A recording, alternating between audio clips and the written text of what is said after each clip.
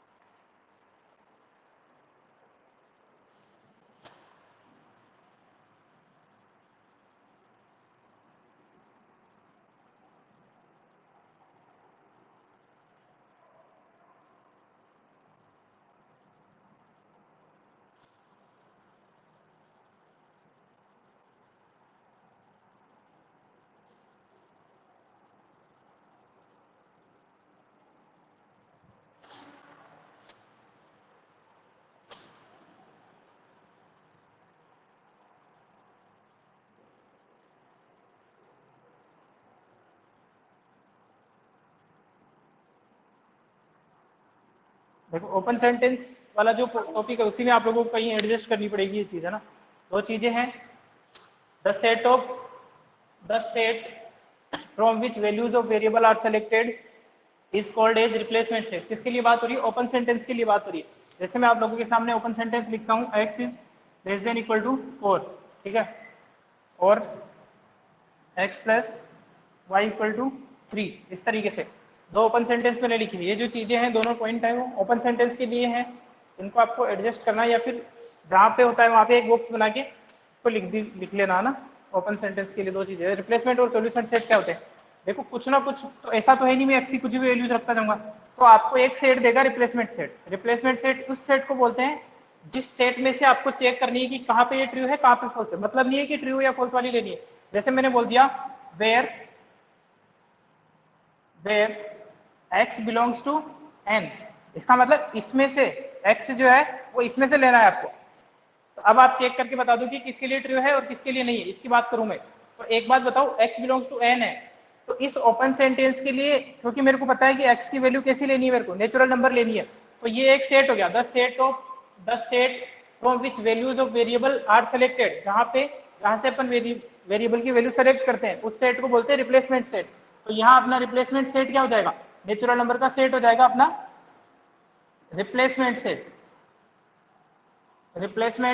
Set. और solution set का मतलब ये है कि जिन जिन वैल्यूज के लिए ये ट्रू हो रहा है, देखो the set of values of variable for which open sentence is true, तो उसका जो सेट है वो क्या हो जाएगा? सॉल्यूशन सेट हो जाएगा। तो इसके लिए सॉल्यूशन सेट क्या हो जाएगा बताओ? इसके लिए, इस ओपन सेंटेंस के लिए सॉल्यूशन सेट क्या होगा बोलो? तो 1 2 3 और 4, 1 2 3 4 इसका क्या हो जाएगा? सॉल्यूशन सेट हो जाएगा।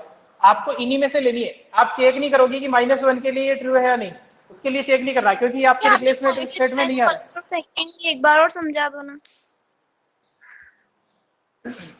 चलो आपको से बताता हूँ।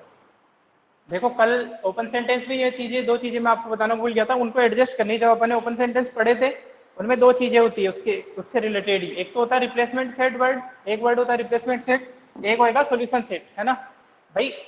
जैसे ओपन सेंटेंस में क्या होता है? वेरिएबल होते हैं। इन वैल्यूज के लिए तो आप चेक करते हो, कुछ वैल्यूज के लिए ट्रू होते हैं, कुछ वैल्यूज के लिए फॉल्स होते हैं। यहाँ पे भी एक्स और वाई की कुछ वैल्यूज होगी, ठीक है ना। तो रिप्लेसमेंट सेट तो उस सेट को बोलते हैं जहां से आप इसकी वैल्यू लोगे।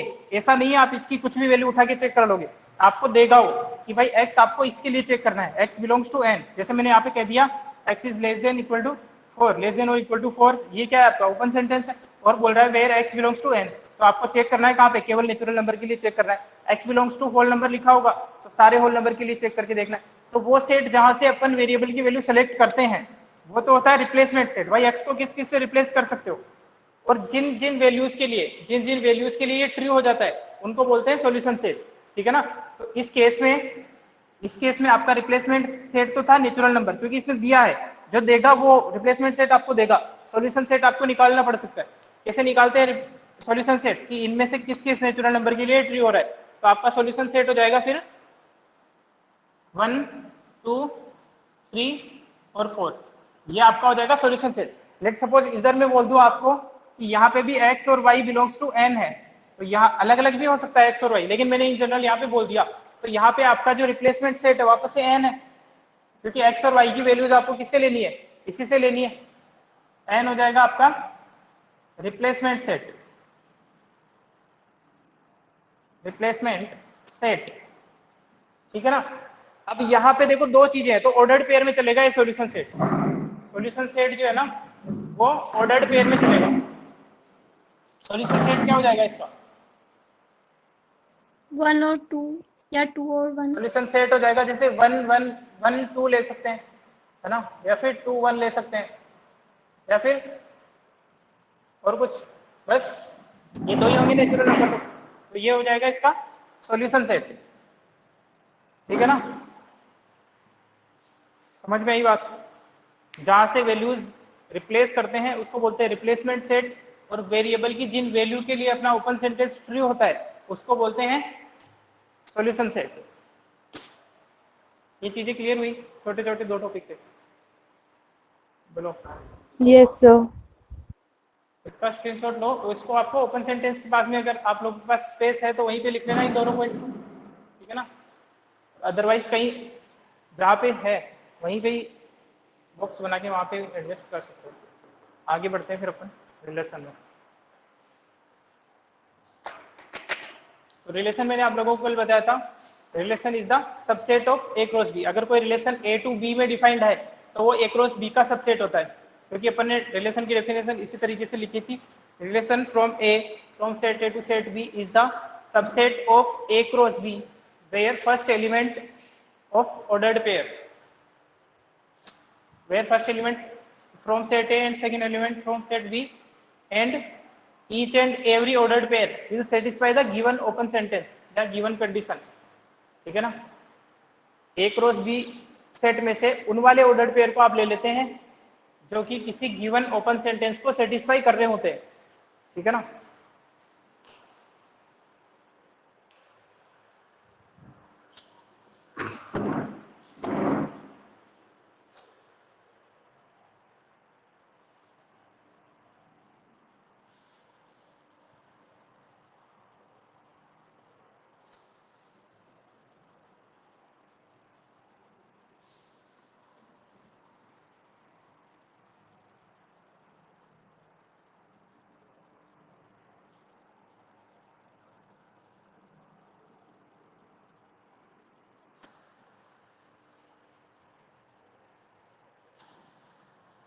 आप लोगों के सामने मैं कुछ सेट लिखता हूँ, है ना। क्वेश्चन एग्जांपल के तौर पे करते हैं अपन question. Relation defined in a to b, इसका मतलब होता है, मैंने कल भी बताया था, एक रिलेशन आर डिफाइंड है सेट ए से सेट बी में। इसकी जगह आप पी एच कुछ भी दे सकते हो, जहाँ पे लिख देगा वो आपको अलग से, है ना। यहाँ पे एक रिलेशन आर डिफाइंड है सेट ए से सेट बी में, किस तरीके से डिफाइंड है वो भी आपको दे रखा है कि रिलेशन इस तरीके से डिफाइंड है। ऑब्वियसली यहाँ पे नहीं देगा तब भी अपने को पता है कि पहला जो एलिमेंट है ऑर्डर्ड पेयर का वो सेट ए में से होगा, दूसरा जो है वो सेट बी में से होगा। फिर भी लिख देते हैं कि एक्स वाई उसके एलिमेंट होंगे such that x belongs to A, y belongs to B, और रिलेशन के साथ में एक कंडीशन होती है कि उसके साथ में कुछ ओपन कंडीशन भी ऐड होगी, है ना। ओपन कंडीशन यहीं पे भी लिख सकता है और अलग से भी दे सकता है। जैसे यहाँ पे लिख देता हूँ मैं इस बार, that x is less than equal to y. ये आपका ओपन सेंटेंस दे दिया इसने, x is less than equal to y, जहां पे ए और बी भी दे रखा है आपको। जहां पे ए सेट दे रखा है आपको 1 2 3, ठीक है। बी सेट दे रखा है आपको 4 5 6। तो बताइए इसका रिलेशन बनाना है अपने को। सेट ए आपको दिया हुआ है 1 2 3, बी आपको दिया हुआ है 4 5 6। कोई रिलेशन ए टू बी में डिफाइंड है जो इस तरीके से डिफाइंड है कि x जो है वो less than equal to y होना चाहिए। तो रिलेशन क्या होता है, सेट ही होता है एक। रिलेशन किस तरीके से बनाओगे, चेक करते सर रहो भाई आपकी इसमें आवाज से। सही से नहीं आ रही। क्या सभी लोगों को प्रॉब्लम है ये, सब लोगों को साथ? सर हमारे को तो आ रही है। तो प्रियल यार नेटवर्क का चेक करो तुम एक बार, प्रियल नेटवर्क चेक करो।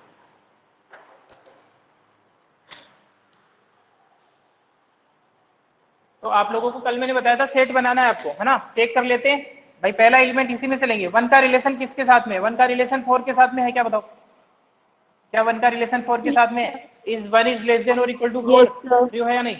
ट्रू है भाई। जो जो True है. जो जो ऑर्डर्ड पेयर आपके इस कंडीशन को सेटिस्फाई करेंगे वो सब इसमें आ जाएंगे। यही तो डेफिनेशन होती है। वो सभी रियल। एक बार चेक करो तुम, वापस से रिफ्रेश करके ट्राई करो। बाकी लोगों को सही आ रही है, इसका मतलब नेटवर्क इश्यू तुम्हारे एंड से है। तो कल मैंने आप लोगों को बताया था भाई रिलेशन उन ऑर्डर्ड पेयर का सेट होता है जो किसी ओपन सेंटेंस को या किसी गिवन कंडीशन को सेटिस्फाई करते हैं। तो जो जो इसको सेटिस्फाई कर रहे हैं वो इसमें लिख देंगे, जहां पे ऑर्डर्ड पेयर का फर्स्ट एलिमेंट इसमें से आएगा, सेकंड इसमें से आएगा। क्यों? क्योंकि relation A to B defined है, बी टू ए डिफाइंड नहीं है। ठीक है, आपने यहाँ पे किया 1 का रिलेशन देख लो, 1 इज रिलेटेड टू 2, यस ठीक है सही है। 2 के 1 के लिए चेक करो, 1 5 के साथ में रिलेट कर रहा है क्या? क्या 1 5 के साथ में रिलेट कर रहा है? 1 is less than equal to 5 और नॉट? बोलो। Yes, कर रहा है sir. ना, इस कंडीशन को सेटिस्फाई करना चाहिए। क्या ये वाला 1 6 को भी करेगा? और इसका Yes, मतलब sir. इसका हर एक एलिमेंट इसके हर एक एलिमेंट से रिलेट कर रहा है या नहीं कर रहा? बताओ, इसका हर एक एलिमेंट इससे रिलेशन है या नहीं है? इसका है Sir, ना? कर तो रहा है. Each element of set A is related to set B.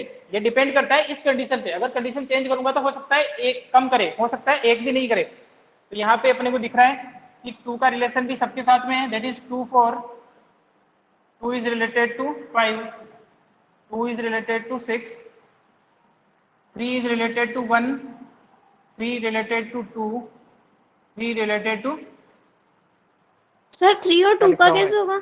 Sir, 1, 2 और 3 नहीं आएंगे ना? 4 5 6 ठीक है ना? तो कितने एलिमेंट आ गए? बोलो कितने एलिमेंट आ गए? Sir, 9. 9 आ गए। अगर तुम इन दोनों सेट के साथ में ए क्रॉस बी बनाना चाहो तो ए क्रॉस बी में कितने एलिमेंट आएंगे बताओ? 9. Sir, 9. क्या ए क्रॉस बी भी कुछ ऐसा ही बनेगा अगर अपन बनाए तो? 1 4, Yes, sir.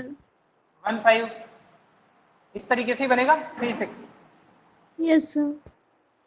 तो देखो, अगर मैंने कल आपको बताया तो इसका मतलब कल भी मैंने आपको बताया था कि रिलेशन जो है इसी का एक सबसेट होता है। सबसेट और इक्वल टू, इक्वल हो सकता है इस केस में। देखो यहाँ पे रिलेशन और ए क्रॉस बी दोनों इक्वल है, तो इसका मतलब ये बोल सकता हूं मैं कि अगर कोई relation A to B defined है तो वो ए क्रॉस बी के इक्वल हो सकता है अगर सेट ए का हर एक एलिमेंट सेट बी से रिलेटेड हो। Are you getting my point? ऐसा केस तभी होगा जब सेट ए का हर एक एलिमेंट सेट बी से रिलेट करता हो, किसी ओपन सेंटेंस को सेटिस्फाई करता हो। ठीक है ना? तो यहाँ पे अपन क्लियर कट दे सकते हैं कि आर जो है वो इक्वल होता है ए क्रॉस बी के। ठीक है, आगे बात समझ में? Yes, sir.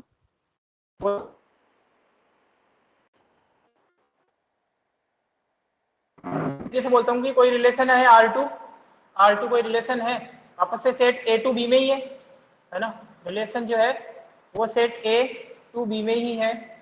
और यहाँ पे डायरेक्ट मैं ओपन सेंटेंस लिख देता हूँ पूरा लिखने की बजाय। ए टू बी में है और आपका जो ओपन सेंटेंस है पी एक्स वो है इस बार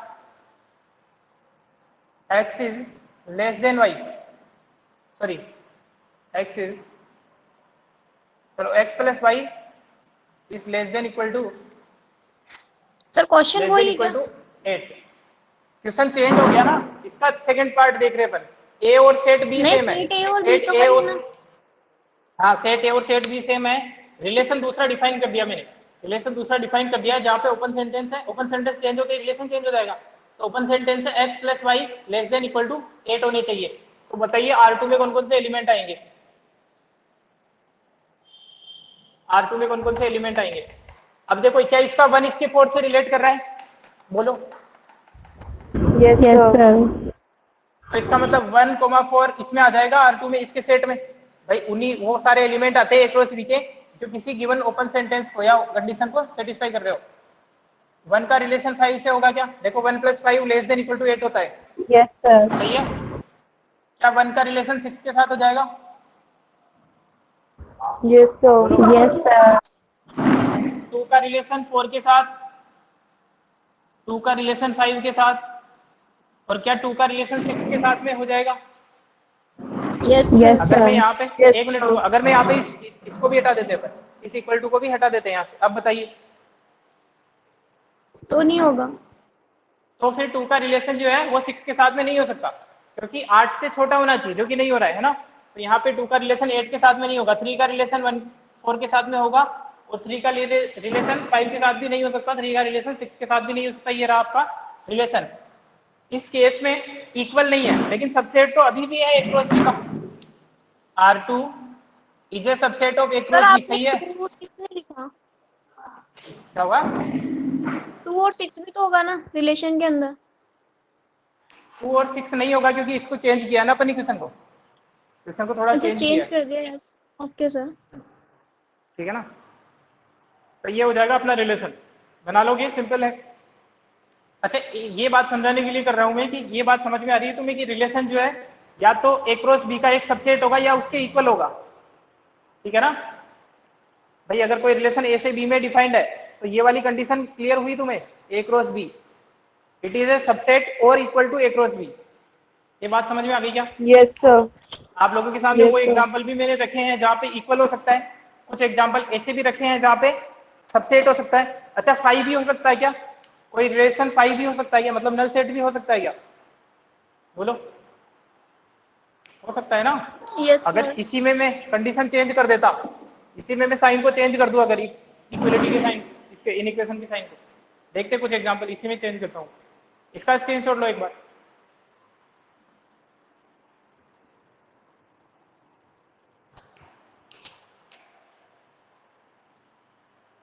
ले लिया स्क्रीनशॉट? स्क्रीनशॉट ले लिया आप लोगों ने? बताइए। अरे स्क्रीनशॉट ले लिया सब Yes, लोगों ने? sir. यस अब सर। यहाँ पे मैं एक, हाँ यहाँ पे अपन एक एग्जाम्पल और करेंगे, उससे पहले उसके बाद में एक एग्जाम्पल और करूंगा, उसके बाद में आप लोगों के 2 वर्ड आएंगे, 2 वर्ड आएंगे ये वाले, डोमेन, कोडोमेन, 3 हो गए है ना, कोडोमेन, और एक आएगा रेंज, ठीक है ना, एक आएगा रेंज। इसको मैं फिलहाल के लिए छोड़ रहा हूँ, डोमेन और रेंज की बात करता हूँ, यहीं पे समझा देता हूँ, डेफिनेशन लिखवाऊंगा मैं अलग से इसके बाद में एक एग्जाम्पल और करके।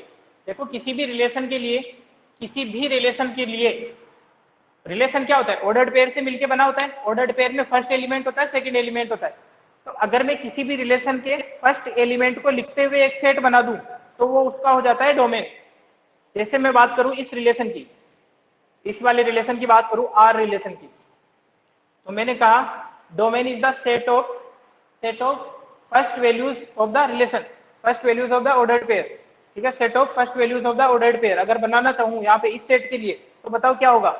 फर्स्ट वैल्यूज बता दो बस मेरे को, सेट बनाना है, बताओ इसमें। Sir, 1 1, 2 2, 3। or 3. 1 2 और 3, इसको बार बार लिखने की जरूरत नहीं है, क्योंकि सेट में अपन कभी भी सेम चीज को वापस से रिपीट नहीं करते। तो ये इस रिलेशन का हो जाएगा डोमेन। जब आप ऑर्डर्ड पेयर के फर्स्ट एलिमेंट को लेते हुए सेट बनाते हो तो वो उस रिलेशन का होता है डोमेन। रेंज मतलब सेकंड एलिमेंट, सेकंड एलिमेंट को सबको साथ में एडजस्ट करो, बताओ सेकंड एलिमेंट क्या है? Second Sir, element, 4, 5, or 6. 5, 6. तो ये इसका हो गया रेंज, ठीक है। इस रिलेशन की बात करूं तो इस रिलेशन में डोमेन क्या है? डोमेन, इस रिलेशन का डोमेन Sir, 4 1, 5। 1, 2, or 3. 1 2 और 3, और रेंज क्या है? 4, 5, Sir, 6. 4, 5, 6. 4 5 और 6, ठीक है। जहां पे ऐसा हो रहा है कि डोमेन और range set A set B के इक्वल है, कुछ ऐसे भी आएंगे जिसमें नहीं भी होंगे, इसको ध्यान मत दो तुम। फिलहाल डोमेन रेंज समझ में आ गई। अब बता देता हूँ यहाँ पे सीधा सीधा कोडोमेन। कोडोमेन कुछ भी नहीं होता है कि रिलेशन अगर ए टू बी में डिफाइंड है तो बी पूरे का पूरा, बी पूरे का पूरा कोडोमेन है। ये जो रिलेशन है आर, वो सेट ए से बी में डिफाइंड है तो पूरे का पूरा सेट बी आपका हो जाएगा कोडोमेन। यहाँ पे भी पूरे का पूरा सेट बी जो है वो है कोडोमेन। केवल इसमें इतना देखना होता है कि रिलेशन किस सेट से किस सेट में डिफाइंड है। तो जिस सेट में डिफाइंड है बाद में जो सेट आ रहा है वो पूरे का पूरा कोडोमेन होता है, ठीक है ना। चीजें क्लियर हुई, इनको लिखेंगे अपन डेफिनेशन, समझ में आ गया होगा आप लोगों को। डोमेन रेंज, कोडोमेन मतलब पूरे का पूरा बाद वाला सेट। अक्षिता कुछ बोल रही हो क्या तुम? अक्षिता,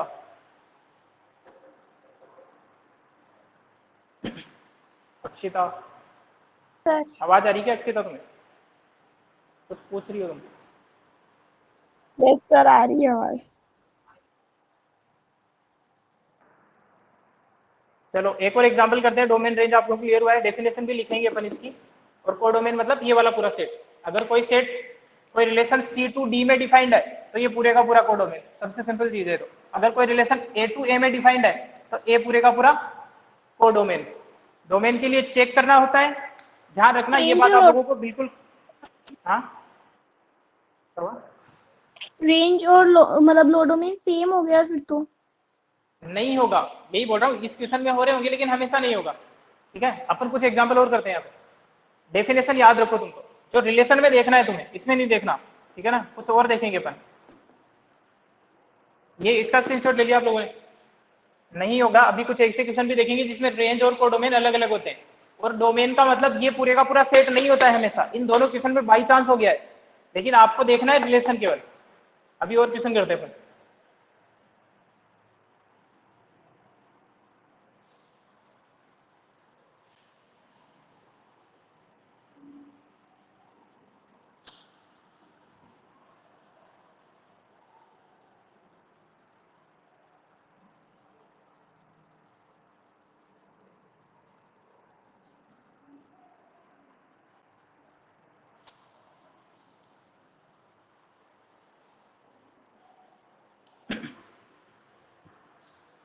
देखो अगर इसी क्वेश्चन को आप करना चाहो, ये वाला जो अपना क्वेश्चन था सेम क्वेश्चन रखना है ना। ए टू बी में डिफाइंड है, ठीक है, वापस से सेम एक्स। और अगर डेफिनेशन ये चेंज कर दूं कि आपका जो पी एक्स है इस बार वो है x is greater than equal to y, जहां पे सेट ए और सेट बी सेम है। 1 2 3 1 2 3 सॉरी 4 5 6 4 5 6। इस क्वेश्चन के लिए रिलेशन बताओ मेरे को एक बार। दिख रहा ब्लर आ रही है स्क्रीन। ब्लर आ रही है क्या? सब बाकी लोगों को क्लियर है क्या? एक बार वापस से रिफ्रेश करके ट्राई करो। ब्लर आ बाकी रही लोगों है। को ब्लर आ रही है। चलो मैं ट्राई करता हूँ सब लोगों के साथ इस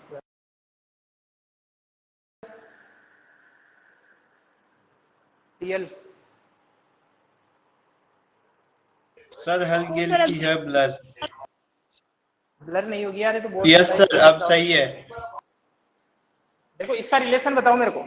इस रिलेशन में कौन कौन से एलिमेंट आएंगे? इस अगर ओपन सेंटेंस चेंज कर दिया x is greater than equal to y, बताओ जल्दी से बताओ बताओ। So 5. वन आई आ जाएगा ये, यस सर पाए। क्योंकि यहाँ पे वन का रिलेशन 4 से हो नहीं सकता क्योंकि वन बड़ा नहीं है 4 से, है ना। और कोई भी सेट ए का कोई भी एलिमेंट इसके किसी भी एलिमेंट से रिलेशन नहीं रखता है, रिलेटेड नहीं है, तो ये आ जाएगा अपना 5। या फिर इसको अपन ऐसे भी लिख सकते हैं। दोनों दो इस तरीके से नहीं लिखेंगे, मैंने इसका मीनिंग आपको बताया था। ये क्या है? ये power set null set of power set of null set है ये। तो दोनों चीजें एक साथ नहीं लिखेंगे, या तो ये लिखें या तो ये लिखें। अब बताओ मेरे को यहाँ पे इस क्वेश्चन के लिए डोमेन क्या है? डोमेन डेफिनेशन के हिसाब से कर देखे तो, और रेंज देन कोडोमेन। भाई मैंने कहा था कि डोमेन उन वैल्यूज का, उन फर्स्ट एलिमेंट, रिलेशन के फर्स्ट एलिमेंट का सेट होता है। रिलेशन के फर्स्ट एलिमेंट का सेट होता है, इसमें फर्स्ट एलिमेंट ही कोई नहीं है, तो डोमेन क्या हो जाएगा आपका? 5 हो जाएगा। बोलो सही है? Yes, sir. अच्छा रेंज Yes, की बात sir. करें, रेंज की बात करें तो रेंज क्या है? सेकेंड एलिमेंट का, वापस से 5 हो जाएगा। और कोडोमेन क्या है? 4 5 6। कोडोमेन पूरे का पूरा सेट भी है ना, या फिर पूरे का 4 5 6 या पूरे का पूरा सेट भी है। देखो यहाँ पे रेंज और कोडोमेन अलग अलग है, ठीक है। क्लियर हुई? और क्वेश्चन करेंगे अपन कई सारे। सर वहाँ सर पे- हाँ बोलो बोलो। सर एक कोडोमेन वापस समझाओ ना। कोडोमेन का मतलब तो कुछ भी नहीं होता यार। रिलेशन अगर ए टू बी में डिफाइंड है तो ये बाद वाला पूरे का पूरा सेट। कोई रिलेशन अगर सेट सी से सेट डी में डिफाइंड है ना, तो ये पूरा का पूरा कोडोमेन होता है। उसमें तो कुछ टेंशन ही नहीं है कोडोमेन, ठीक है। Okay sir. अगर रिलेशन सेट ए से ए में डिफाइंड है, ऐसा भी हो सकता है कि सेम सेट से डिफाइंड हो सकता है, तो ये पूरे का पूरा क्या हो जाएगा? आपका कोडोमेन हो जाएगा। तो यहाँ पे रेंज और कोडोमेन अलग अलग हो सकते हैं। और डोमेन का मतलब आप लोग देखो, कोडोमेन का मतलब होता है बाद वाला सेट पूरा, ये वाला सेट पूरा। लेकिन डोमेन का मतलब ये नहीं है ये वाला सेट पूरा। देखो यहाँ पे पहला वाला सेट नल सेट नहीं है, जबकि डोमेन जो है वो नल सेट हो सकता है। तो यहाँ पे जो कुछ कंफ्यूजन वाली चीजें हैं वो ये है कि कोडोमेन का मतलब बाद वाला सेट पूरा होता है, इसका मतलब ये नहीं है कि डोमेन का मतलब आप इसको पूरा चिपका दो, नहीं होता ऐसा, ठीक है। और रेंज का मतलब कोडोमेन नहीं होता है। चीजें क्लियर हुई आप लोगों को? डेफिनेशन लिख लेते हैं अपन इनकी, डोमेन कोडोमेन की, इसके बाद में कुछ और क्वेश्चन करेंगे। इसका स्क्रीनशॉट ले लो। सर ले लिए। चलो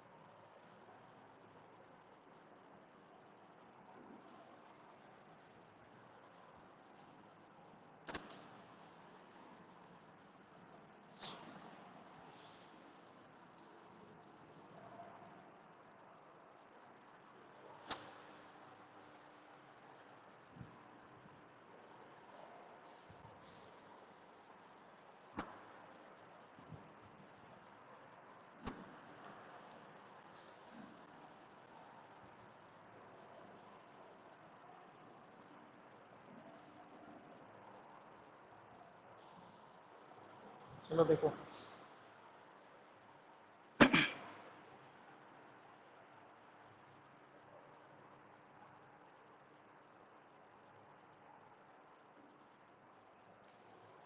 सबसे पहले देखते हैं डोमेन ऑफ रिलेशन, है ना।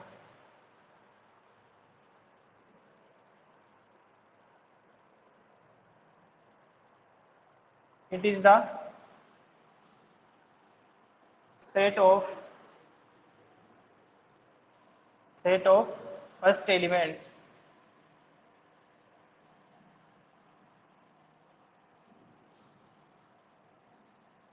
first element of ordered pairs of any relation।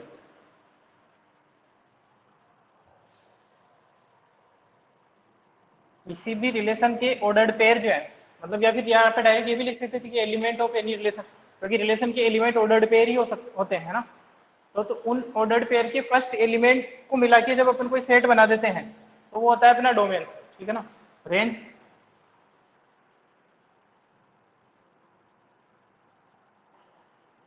Second element वाला हो जाएगा set. It is the set of second elements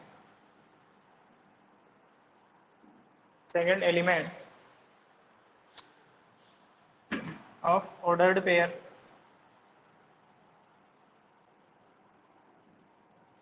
of any relation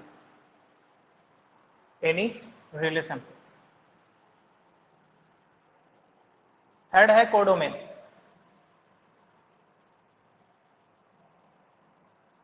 confusion दूर कर लेना, बच्चों को पता नहीं चल पाता है कौन सा कोडोमेन है। ये चीज अपने को फंक्शन में भी याद रखनी पड़ेगी। कोडोमेन मतलब if any relation is defined, any relation is defined from set A to set B,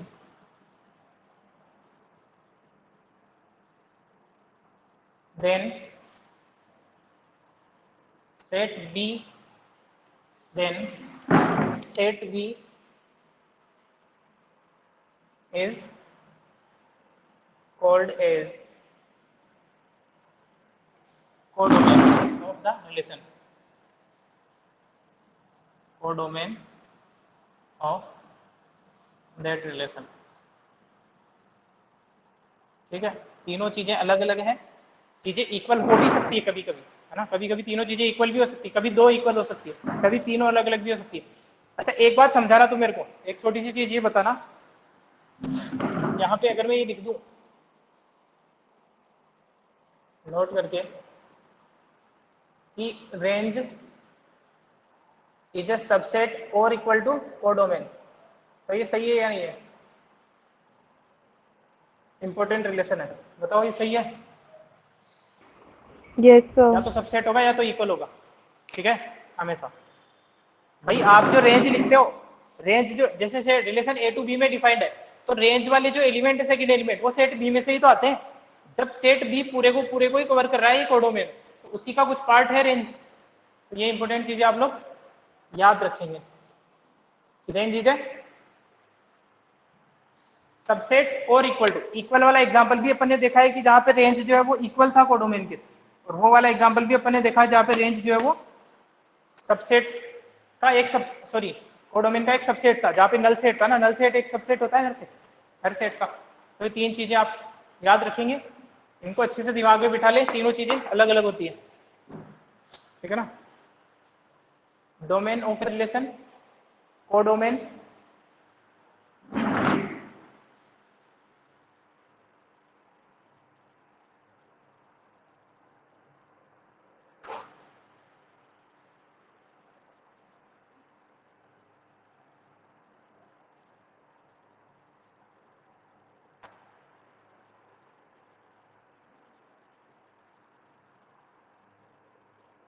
चलो हो गया, हो गया, स्क्रीनशॉट ले लिया आप लोगों ने यस इसका? सर।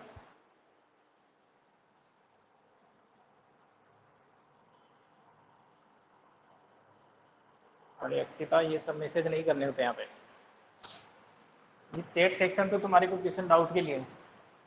12th वाले बच्चे तो आपस में ही बातें करने लग जाते हैं, इसलिए तो बंद करके रखते हैं चैट सेक्शन।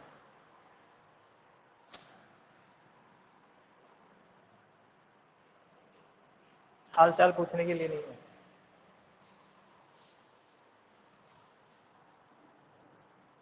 देखो एक क्वेश्चन और करते हैं अपन, यहाँ तक समझ में आ रहा है सब लोगों को? ठीक है, देखो चीजों को जब स्टार्ट होती है तब से ही पकड़ के चला करो, है ना। एक क्वेश्चन और अगर अपन करें, आपकी बुक का एक एग्जाम्पल है कि जहाँ पे सेट दे रखे आपने को दो, पी सेट है कोई, पी सेट पीज, जहाँ पी के एलिमेंट है ए b and c. Q set दे रखा है अपने को, क्यू सेट दे रखा है अपने को, इसमें नाम लिखे हुए अली, भानु, बिनोय,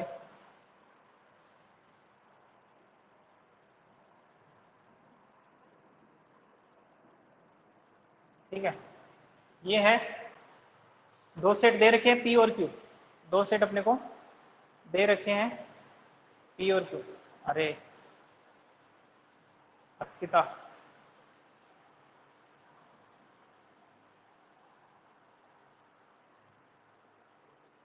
पढ़ाई में ध्यान दो अक्षिता।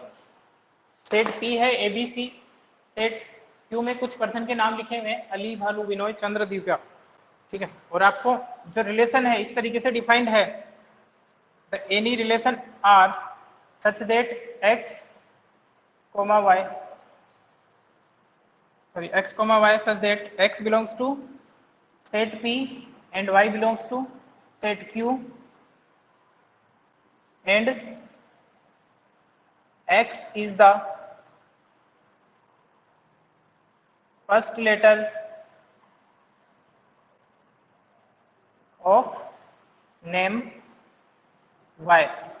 इसका मतलब ये वाले y को रिप्रेजेंट कर रहे हैं, ये वाले x को रिप्रेजेंट कर रहे हैं। ये आपके सामने रिलेशन लिखा हुआ है, इसको ध्यान से देख लो आप लोग। अरे तुम लोग चेट मत करो, मान जाओ, पढ़ाई में ध्यान दो।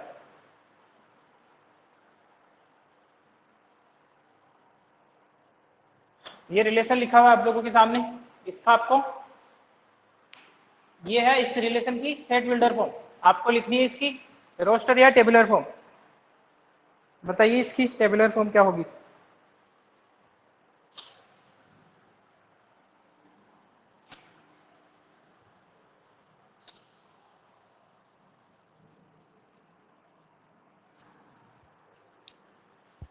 बताओ,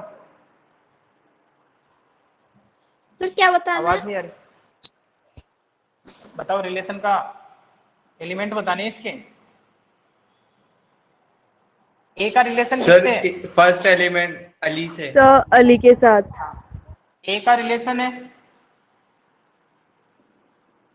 बी, बी किसी से रिलेटेड है क्या? ए पहले इसके भानु अलावा से और किसी फिर ये एलिमेंट से? आगे ए किसी और से रिलेटेड नहीं है, ए केवल अली से रिलेटेड है, किसी और से रिलेटेड नहीं है। बी से भानु और बिनोय दोनों हैं, तो दोनों को आ जाएंगे बी फॉर,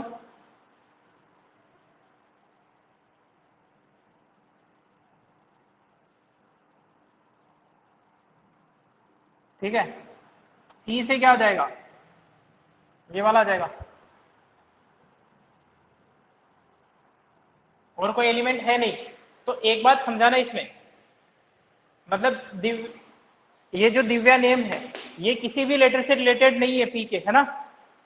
क्लियर है बात? यही बनेगा, बोलो। Yes sir. अरे इसके अलावा कोई और एलिमेंट बचा नहीं है। यस अच्छा एक बात सर। बताना, अगर मैं पी क्रॉस क्यू करता, पी क्रॉस क्यू, तो पी क्रॉस क्यू में कितने एलिमेंट आते हैं टोटल?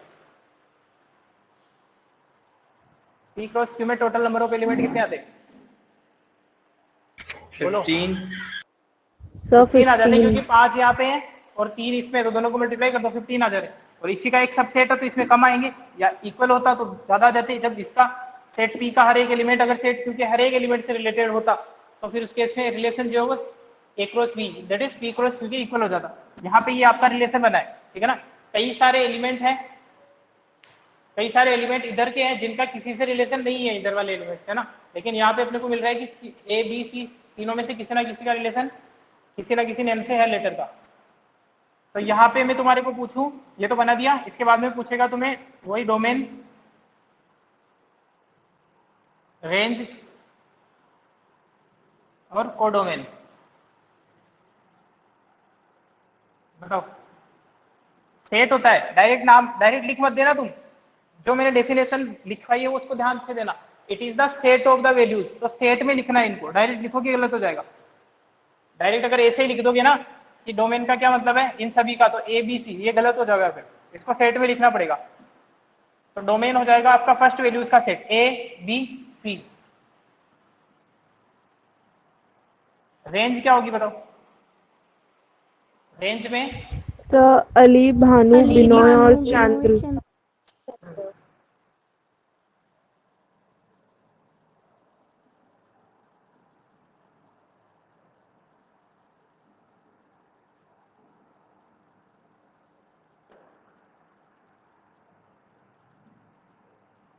ये सब आ जाएंगे। कोडोमेन, कोडोमेन पूरे का पूरा सेट क्यों आ जाएगा, ठीक है ना? यहाँ पे भी देख सकते हैं कि रेंज जो है इसी का एक सबसेट होता है, क्योंकि यहाँ पे दिव्या भी इंक्लूडेड है और यहाँ पे नहीं है, ठीक है ना? बात समझ में आ गई?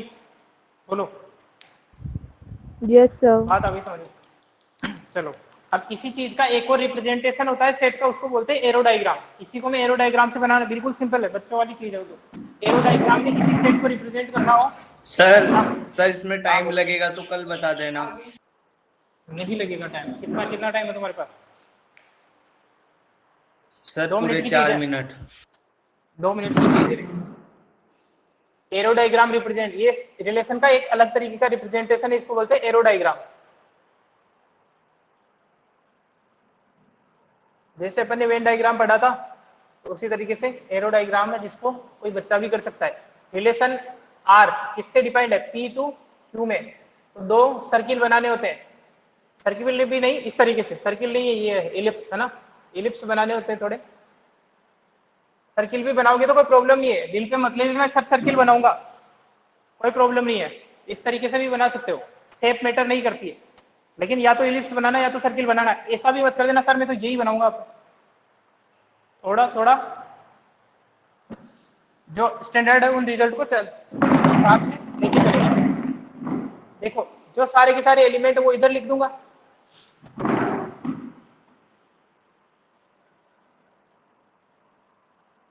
ये सेट P है, ये सेट Q है। इधर कौन कौन से एलिमेंट है उनको लिख देते हैं, A बी सी। और ये C, सिंपल। इधर जो है सबको लिख दो, अली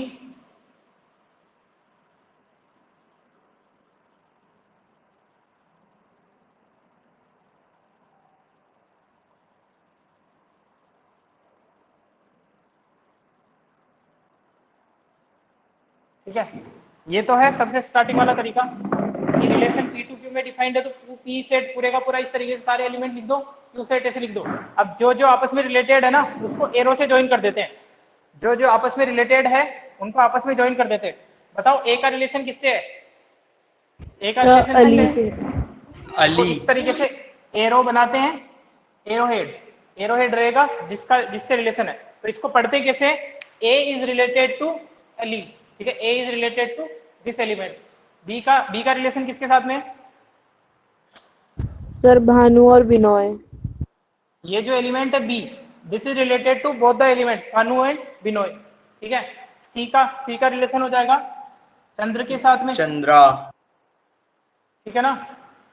और लास्ट वाला जो दिव्या है, it is the last element Divya is not related to any element of set P. तो इस तरीके का ये जो रिप्रेजेंटेशन होता है इसको बोलते हैं एरो डायग्राम। बिल्कुल बच्चों वाली चीज है, ठीक है ना।